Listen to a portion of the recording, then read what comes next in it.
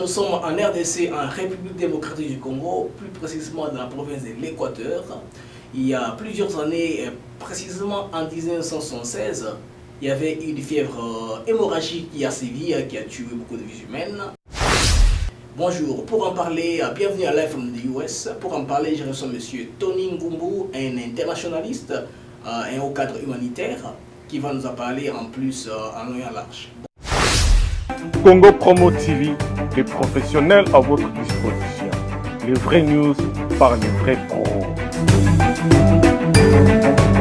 Là, nous sommes en République démocratique du Congo, plus précisément à l'Équateur. Il y a plusieurs années, avait sévi une maladie mortelle dont le virus qui le cause a été surnommé Ebola. Ebola qui signifie tout simplement l'eau blanche, l'eau douce. Et aujourd'hui, qui est une maladie, qui est une pandémie que le monde est en train de pleurer. Bonjour, pour en parler, bienvenue à Live from the US. Pour en parler, je reçois M. Tony Ngumbu, un internationaliste, un haut cadre humanitaire, qui va nous en parler en plus en long et en large. Bonjour. Je suis avec M. Tony. Bonjour M. Tony. Bonjour Monsieur le journaliste. Ok. Présentez un peu quelles sont vos activités que vous faites dans ce haut cadre de l'ONG humanitaire. Oui. Alors, premièrement, Monsieur le journaliste, j'aimerais vous remercier pour cette opportunité de nous recevoir dans cette émission Live from USA. Et alors, de nom, comme vous le dites, je m'appelle Monsieur Tony Ngumbu. Oui. Alors, je sers comme directeur général de cette ONG internationale que nous appelons IEDA Relief en sigle. IEDA signifie tout simplement International Emergency and Development Aid. Alors, comme vous l'avez si bien dit, nous sommes une organisation humanitaire internationale qui œuvre aujourd'hui dans 11 pays différents. En Afrique aussi. Trois différents continents. Donc nous sommes dans les Caraïbes, en Haïti. Nous sommes en Afrique centrale et l'Afrique de l'Ouest, notamment en RDC, où nous travaillons dans 6 provinces. Nous sommes en République centrafricaine. Nous sommes au Cameroun, au Mali, au Niger, au Sénégal. Nous sommes aussi en Asie du Sud-Est, oui. Dans le pays qu'on appelle Philippines. Alors, ce que nous faisons des interventions d'urgence, en cas de désastres naturels ou alors de crises associées au conflit. Et par exemple, en RDC, nous faisons la gestion de camps de réfugiés, distribution de vivres. En d'autres termes, nous exécutons des programmes pour les partenaires qui sont les Nations Unies. Nous sommes en fait le plus grand partenaire d'exécution des Nations Unies. Nations Unies, plus précisément le HCR, oui. Le Haut Commissariat aux réfugiés. Nous faisons aussi une intervention d'urgence en cadre de désastres naturels. Comme je viens de parler de Haïti, les séismes et tout ça. Il y a eu le séisme en Haïti, mais il y a eu aussi l'ouragan Haiyan, ou que les Philippins appellent Yolanda aux Philippines. Donc nous avons intervenu. Et donc au-delà de l'intervention d'urgence, nous œuvrons aussi dans le cadre de un redressement, mais aussi dans le cadre de développement international. Comme le dit notre nom d'ailleurs, International and Development Aid. Et lorsqu'on parle de développement, c'est une intervention à long terme pour aider les communautés à devenir autonomes, autosuffisantes, mais aussi à améliorer leurs conditions de vie. Un peu en quelques termes, c'est ça. Et donc, nous sommes une ONG américaine basée ici à Houston. Dans l'État du Texas aux États-Unis. Se trouve notre siège social. Et nous avons un bureau aussi à Washington, D.C., dans la capitale américaine. Un bureau qui est un bureau de liaison pour permettre de faire un peu de plaidoyer pour l'organisation. Et donc, voilà IEDA Relief. Ouais, la raison pour laquelle j'étais intéressé à vous recevoir, parce que vous avez la connaissance de tous ces phénomènes internationaux, nous voulons un peu parler en long et en large du phénomène Ebola, ou plutôt de la fièvre hémorragique d'Ebola qui est en train de sévir actuellement sérieusement. Et puis aux États-Unis, jusque-là, il n'y a plus que 5 ou 4 cas de maladies connues, mais la façon dont les Américains sont en train de l'ampleur que les Américains prennent la chose, ça tire un peu notre attention, nous, en tant qu'Africains. Que dites-vous par rapport à l'épidémie d'abord en Afrique de l'Ouest? Bon, l'épidémie en Afrique de l'Ouest, à vrai dire, monsieur le journaliste, a été catastrophique. Et évidemment, nous connaissons l'ampleur. Aujourd'hui, on parle de plus de 5000 morts. 5000 morts. 5000 morts en Afrique de l'Ouest. Dans des Guinées, on parle Libéria. Nous avons Sierra Leone. Sierra Leone, oui. Et il y avait aussi un cas au Sénégal au début, mais le Sénégal, bon, évidemment, est là. Puis il y avait aussi quelques cas au Nigeria, où il y a 8 morts. Mais au Nigeria aussi, l'Ebola n'y est plus. Mais les 3 pays principalement atteints, comme vous l'avez dit, le Libéria, la Guinée-Conakry et la Sierra Leone. C'est une épidémie, à vrai dire, bon. Des pays comme la RDC l'ont traversé avant et donc une certaine expérience, mais en Afrique de l'Ouest ce n'était pas le cas. C'est la première fois qu'une maladie comme ça surgit, c'est pourquoi ils n'ont pas été à la hauteur de contrôler la maladie. Non seulement de contrôle, mais aussi de confirmer le cas initialement. Car ils n'avaient pas certains contrôles en place, ils n'avaient pas une certaine expérience que nous avons en Afrique centrale. Et donc lorsqu'ils ont confirmé le cas d'Ebola, l'Ebola avait déjà atteint plusieurs communautés, des centres de population très denses, et donc il s'est éparpillé à une très grande vitesse. Et comme on le dit, malheureusement, l'Ebola, lorsqu'il n'est pas contrôlé, c'est une bombe à retardement qui peut avoir un effet dévastateur comme quasiment une arme de destruction massive. Incalculable, en quelque sorte. Mais on doit quand même dire que finalement, il y a une certaine forte mobilisation de la communauté internationale. L'OMS, ainsi que d'autres pays qui ont participé. Il y a des acteurs humanitaires qui sont aussi intervenus. Donc aujourd'hui, le taux d'infection est en train de diminuer, c'est ce qui est quand même un signe positif. Mais il y a encore beaucoup de travail à faire et donc c'est une épidémie, comme on le dit. Bon, pour la première fois, cette épidémie est arrivée dans un cadre un peu plus urbain. Plus simultanément dans plusieurs pays. Plusieurs pays, c'est pour ça qu'il s'est éparpillé à grande vitesse. Lorsque vous voyez historiquement, d'habitude, Ebola était apparu dans des coins plus ruraux. Reculés, puis contrôlés, enclavés. Et donc cela permettait d'habitude à réduire le taux de mortalité. Par exemple, vous avez des pays comme la RDC où notre plus grand taux de mortalité était lorsque nous avons premièrement eu l'épidémie en 1976. Nous avions environ 280 personnes qui étaient mortes. Mais au-delà de cela, la plus grande épidémie était en fait en Ouganda où il y avait plus ou moins 450 personnes infectées en 2000. Et aussi 275 personnes mortes. Donc vous voyez, ces chiffres-là sont énormes, mais ne sont rien comparé à l'Afrique de l'Ouest. L'Afrique de l'Est, le fait que ce n'était pas une zone rurale, c'était des zones urbaines, et que ça a pris énormément de temps pour pouvoir confirmer ce virus, il s'est propagé à une très grande échelle. Et ainsi les chiffres, comme on disait, 5000 personnes, plus de 5000 personnes aujourd'hui, avec le pays le plus affecté qui était le Libéria, avec plus ou moins 2800, près de 3000 personnes décédées de ce virus. Est-ce que ces pays-là ne peuvent pas tirer un peu la leçon du Congo, s'inspirer de ce que les Congolais ont fait pour éradiquer la maladie? Je pense que le Congo a beaucoup à apporter par rapport à ce virus, le contrôle de ce virus. Évidemment, comme on le sait aujourd'hui, il n'y a pas encore de vaccin ou de cure pour l'Ebola. Il y a quelques sérums comme le Zimap, les Chinois, le GK-5 et tout ça. Ce sont des traitements effectivement qui prend un peu soin de l'Ebola. Voilà, ils n'ont pas encore été démontrés qui en effet, ce sont la seule cause des cas guéris lorsque ces médicaments sont appliqués. Mais puisqu'en fait, il n'y a pas eu beaucoup de décès cliniques dans les êtres humains. Par exemple, lorsqu'on parle du sérum Zimap, qui a été vraiment amené dans la conscience internationale lorsque les 2 acteurs humanitaires américains avaient été infectés. C'est ainsi qu'on a parlé de Zimap. Et on a essayé le Zimap. Dans leur cas, ils ont été guéris. Mais il semble que le cas de Eric Duncan, c'est effectivement les Zimap qui l'a précipité à la mort. Bon, vous savez, le cas de ressortissant libérien qui est mort à Dallas, c'est un cas malheureux où en fait vous constatez que c'est la seule personne morte aux États-Unis, 4 cas d'Ebola. Les 3 autres ont pu être guéris, mais Duncan malheureusement a perdu sa vie. La cause, en effet, certes, le sérum a été utilisé, d'après les rapports. Bon, dans son cas, ça n'a pas marché. Donc cela aussi démontre que peut-être plus de tests sont nécessaires pour pouvoir démontrer qu'en effet, ces sérums-là sont à mesure de guérir les autres, cette maladie, ce virus Ebola. Mais de retour au point que vous souleviez, l'expérience que le Congo a apporté au monde. par exemple, en Guinée-Conakry, il y avait en effet un docteur congolais, c'est le docteur Kayembe. Qui a aidé à maîtriser. Au centre de l'épicentre du virus durant les 2 premiers mois. Et il a apporté toute son expertise qui était développée en RDC.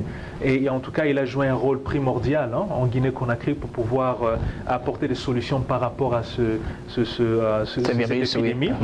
Et ce docteur qui, en fait, après ça, a été en RDC et celui qui coordonnait notre intervention à Djera, dans le territoire de Moindé, en Équateur. Donc, c'était un docteur congolais, comme je disais. Donc, le Congo a beaucoup à apporter par rapport à cela. Et il y a évidemment aussi le sérum de convalescence qui avait été mis en place par un docteur congolais. Les formules du sérum, c'est effectivement un Congolais qui les a, absolument. Fait ensemble. Et ce sérum avait été utilisé durant l'épidémie de 1995 en RDC. En RDC, oui. Et récemment, en fait, l'OMS, l'Organisation mondiale de la santé, avait permis à ce que ce sérum puisse être appliqué dans les affections dans notre pays en RDC. Donc la RDC a beaucoup à apporter de par notre expérience, étant en effet la première nation qui ait connu cette épidémie en 1976. Pour en parler justement, j'ai suivi l'information, coup de chapeau aux médecins congolais qui ont maîtrisé l'épidémie d'Ebola. Il y a eu jusque 50 morts, bon, quand même c'est une perte en vie humaine, mais coup de chapeau à eux parce qu'ils ont réussi à maîtriser l'épidémie. Parlons un peu du contexte américain, la façon dont les médias américains prennent les réactions par rapport à Ebola. Vous le voyez, parce que c'est un peu l'extravagance et l'exagération. Bon, avant que je réponde à cette question, je dirais de retour à la RDC, on doit féliciter notre pays quand même, comme vous l'avez dit. Aujourd'hui, l'émission tombe à point en fait, car aujourd'hui, le 15 novembre, le gouvernement congolais vient de déclarer que le pays n'est plus affecté par l'Ebola. Libre d'Ebola. Libre d'Ebola, parce que durant les 42 jours passés, il n'y a eu aucun nouveau cas qui a été détecté, reporté. Et selon les critères de l'OMS, lorsque cela est le cas, donc le pays peut être déclaré libre d'Ebola. Donc félicitations aux efforts qui ont été conduits par les médecins congolais et ainsi le gouvernement coup de chapeau, comme vous le dites. Le Congo vient de déclarer un pays libre d'Ebola. Ça, c'est une confirmation du gouvernement congolais. Le ministre de la Santé, effectivement, l'a annoncé en conformité avec les critères de l'OMS pour déclarer une zone libre de maladie. Après une période d'observation, on n'a détecté aucun cas. Donc le Congo effectivement est libre d'Ebola. Parlons un peu de l'impact d'Ebola aux États-Unis d'Amérique. Les médias américains sont en train de prendre la chose. Il y a un peu d'extravagance en cela. Il y a évidemment, certains peuvent dire, certaines extravagances, monsieur le journaliste. Bon, cela, je peux l'attribuer à une certaine crainte. Vous savez, lorsque vous faites face à un phénomène que vous n'avez jamais expérimenté avant, c'est ça, vous n'avez pas d'expérience par rapport au contrôle et comment réagir par rapport à cela, évidemment, vous pouvez être effrayé. Et donc, c'est cela qu'on constate ici aux États-Unis. Il y a une certaine crainte, parfois vraiment qui n'est pas nécessairement logique, car pour ceux qui connaissent, et même scientifiquement parlant, l'Ebola n'est pas un virus qui se transmet par air. C'est un virus qui en fait se transmet de manière très difficile parce qu'il faut avoir des contacts rapprochés. Voilà. Tout ça. Et il ne se transmet pas par air. Et lorsqu'on constate qu'aujourd'hui il n'y a eu que 4 cas déclarés d'Ebola aux États-Unis et que 3 cas sont liés aux ressortissants libériens ici, M. Duncan, car lui-même était décédé, et puis les 2 infirmiers qui sont occupés. Et le médecin qui va à Nebraska, là, Voilà, et puis il y a le cas de New York, en fait, le médecin qui est revenu. Donc il y a eu 4 cas qui ont été prouvés de manière clinique, donc il y avait Ebola. Et une seule personne a été morte. Et donc, vous pouvez constater que cette crainte qui est parfois exprimée par la population américaine, par rapport aux chiffres que je viens de citer, n'est pas nécessairement n'est pas nécessairement logique. Mais bon, au fil à mesure que le temps avance et qui constate qu'en fait les mesures sont en place ici pour pouvoir bien traiter cette épidémie. Donc c'est même pas encore en fait une épidémie aux États-Unis. C'est pas encore une épidémie, c'est juste des cas d'alerte d'une maladie qui est contagieuse. Voilà. Comme les Africains disent, quelque chose malheur est bon.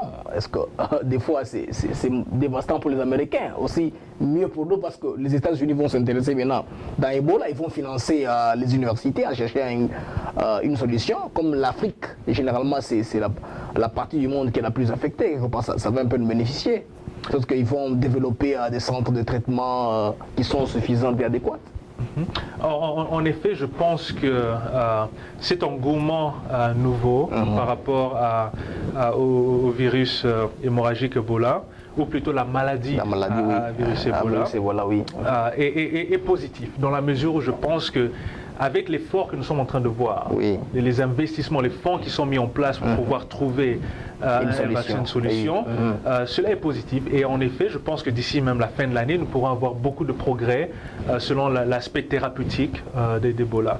Et donc oui, enfin, parce que le plus d'informations il y a par rapport à cela, le plus d'attention, nous espérons que cela va amener aussi plus de financement à la longue et cela va en effet permettre qu'on puisse découvrir un sérum. Car en fait, si vous analysez le calendrier, la ligne du temps de ce virus, vous verrez qu'entre 1976, lorsque le virus a été découvert, pour la première fois, jusqu'à présent, il n'y a pas vraiment eu de progrès dans l'aspect de la thérapeutique. Il n'y a pas eu de progrès. Mais lorsque vous voyez maintenant l'effort qui a été mis en place, depuis que l'Amérique a été touchée, les États-Unis ont été touchés, et que l'épidémie s'est vraiment répandue à grande échelle en Afrique de l'Ouest, il y a énormément de progrès. C'est ainsi qu'on parlait du ZIMAP tout à l'heure, il y a le JK-5 que les Chinois sont en train de développer, il y a les Russes qui développent quelque chose. Aujourd'hui, au moment où je vous parle, il y a environ 8 molécules qui sont en train d'être étudiées dans 8 traitements différents. Il y a 2 sérums qui sont en train d'être développés. Et donc, il y a effectivement beaucoup plus d'efforts qui est mis en place pour pouvoir trouver une solution. Et cela est un signe positif. C'est un signe positif et cela permettra, je crois qu'il y a aussi beaucoup plus de tests cliniques par rapport aux êtres humains pour s'assurer qu'en effet ces vaccins ou ces solutions qui sont trouvées sont en effet des solutions durables et des solutions qui permettront d'éradiquer cette maladie, ce virus. Voilà. Actuellement, il y a un débat aux États-Unis entre les conservateurs et les gens qui sont un peu modérés. Il y a des gens pour qui il faut quasiment ne plus octroyer des visas aux gens qui viennent de l'Afrique de l'Ouest pour un temps là. Et puis ceux qui sont modérés ne veulent pas de ça. Et il y a même des Américains qui sont devenus victimes parce qu'ils ont créé une sorte de centre de quarantaine à l'aéroport. Dès que vous venez de zones affectées, on va vous mettre en quarantaine pendant 21 jours, c'est-à-dire toutes vos activités là sont bloquées et tout ça. Est-ce que vous voyez comment votre réponse par rapport à ce débat-là entre les Américains sur la marche à prendre pour prévenir aux gens qui se mettent de coin là d'entrer aux États-Unis? Bon, ce qui est bien, je pense, c'est que ce débat, c'est un point de vue que vous venez de présenter. Et il y a aussi un autre point de vue qui est peut-être un peu plus rationnel, comme certains pourraient le catégoriser. Et bon, s'il faut répondre à cette peur qui est peut-être un peu irrationnelle, je dirais que bon, c'est un débat politique. Hein. Il y a une certaine aile politique, une certaine famille politique qui peut-être a ses agendas et ses ambitions par rapport aux messages qu'ils sont en train de donner. Bon, pour nous allons répondre juste de manière rationnelle. Même les organisations internationales, l'OMS, les acteurs humanitaires, prouvent et démontrent que si en effet vous supprimez tous les vols, tous les vols, venant de ces coins-là, d'un coin, cela va en fait empêcher et gêner l'effort qui est en train d'être mis en place pour pouvoir amener des solutions. Car en fait les vols entrés aussi seront restreints et donc il n'y aura pas. Il faut qu'il y ait une certaine circulation aisée pour pouvoir amener des acteurs, par exemple humanitaires, les médecins dans les zones affectées. Il faut que cela soit en place. Donc, pour éliminer cela, va en fait affecter l'effort ou la réponse qui est en train d'être apportée par rapport à ce virus-là. Et donc, comme on peut le constater, je crois que cette mesure n'a pas été mise en place. C'est juste un débat là qui est en place. C'est un débat qui est en place. Et vous savez, le débat n'est pas mal non plus. C'est ça, c'est ce qui est bien dans une démocratie. On a la liberté d'expression. Il faut permettre à toutes les parties d'exprimer leur point de vue. Maintenant sur place en Afrique de l'Ouest, maintenant j'ai l'impression que le taux a un peu baissé. On dirait qu'on est maintenant vers la fin de l'épidémie en question. Bon, je dirais que vers la fin, peut-être pas encore, il y a encore énormément de travail à faire, mais progrès, certainement, il y en a eu.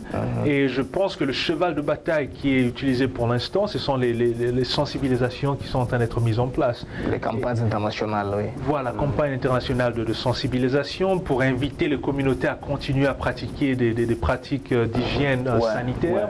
Car cela, comme je disais, c'est vraiment le cheval de bataille entre le virus et Ebola. Car Enfin, juste sensibiliser les populations, se laver les mains de manière appropriée, éviter parfois d'être dans des zones où il y a une très grande densité de population, où vous ne pourrez pas éviter les contacts nécessairement. Et donc, c'est à travers ces campagnes de sensibilisation qui sont en train d'être mises en place qu'en effet, on est en train de voir un certain progrès. Alors, le taux de nouvelles infections est en train de baisser, ce qui est positif. Pour que ce taux d'infection qu'on appelle R 1.0 ou en dessous de cela. Oui. Pour l'instant, nous sommes à un taux d'infection de R 2.0, ce qui signifie que chaque personne contamine en moyenne 2 autres personnes. Et nous sommes encore là. Mais le plus d'efforts sont apportés par rapport à cela, le plus nous allons voir en fait cette épidémie diminuer.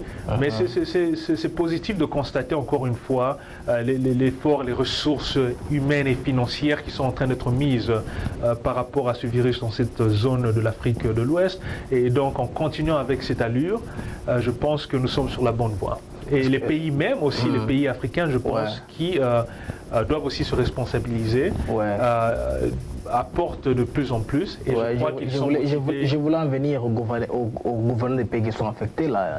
Qu'est-ce qu'ils font pratiquement? Est-ce que leur réponse par rapport à l'épidémie est adéquate? Initialement n'était pas adéquate, mais beaucoup d'efforts sont en train d'être faits. Comme par exemple, au départ, lorsqu'on constatait le cas du Libéria, ou lorsque l'épidémie s'est déclarée, il y avait à peine 50 docteurs pour 100 000 personnes dans ce pays. Donc, les mesures adéquates n'étaient pas en place. Ils n'avaient même pas les capacités pour pouvoir donc répondre à ce fléau, alors que comparativement parlant, par exemple, aux États-Unis, on a un taux où il y a 249 docteurs par 100 000 personnes. Alors qu'on vous compare, c'est énorme. Mais il y a de plus en plus de progrès au Libéria qui est fait. Il y a de plus en plus de centres de prise en charge de personnes atteintes de cette maladie.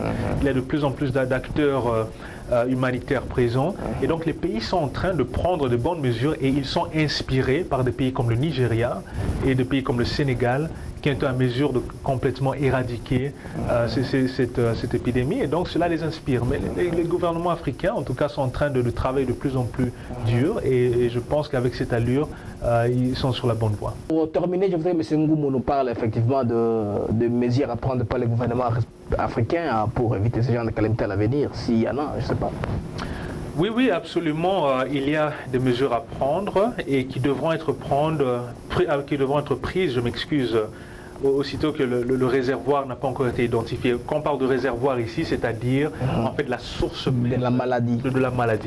C'est-à-dire les animaux qui sont porteurs de ce virus initialement. Nous n'avons pas encore découvert ce réservoir-là. Et donc jusqu'à ce moment-là, il faut qu'il y ait des mesures qui sont préventives, qui sont en place.